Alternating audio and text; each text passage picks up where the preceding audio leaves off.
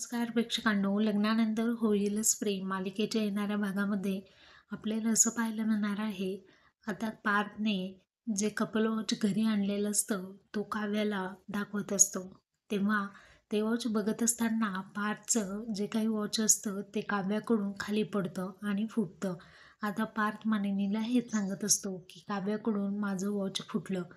मानिनीच्या मनामध्ये संशयाची पाल चुकचुकलेली असते. काव्याने मुद्दाम तर पार्थचं वॉच फोडलं नाही आहे ना, अशा मनामध्ये शंका कुशंका आता तिच्या येऊ लागतात.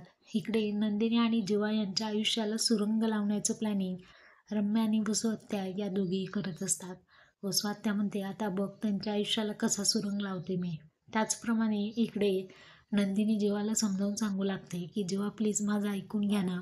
परंतु जीवा तिला म्हणतो, काही ऐकायचं नाहीये मला, माझ्याशी बोलू नकोस तू, असं म्हणत रागारागाने तो तिथून निघून गेलेला असतो.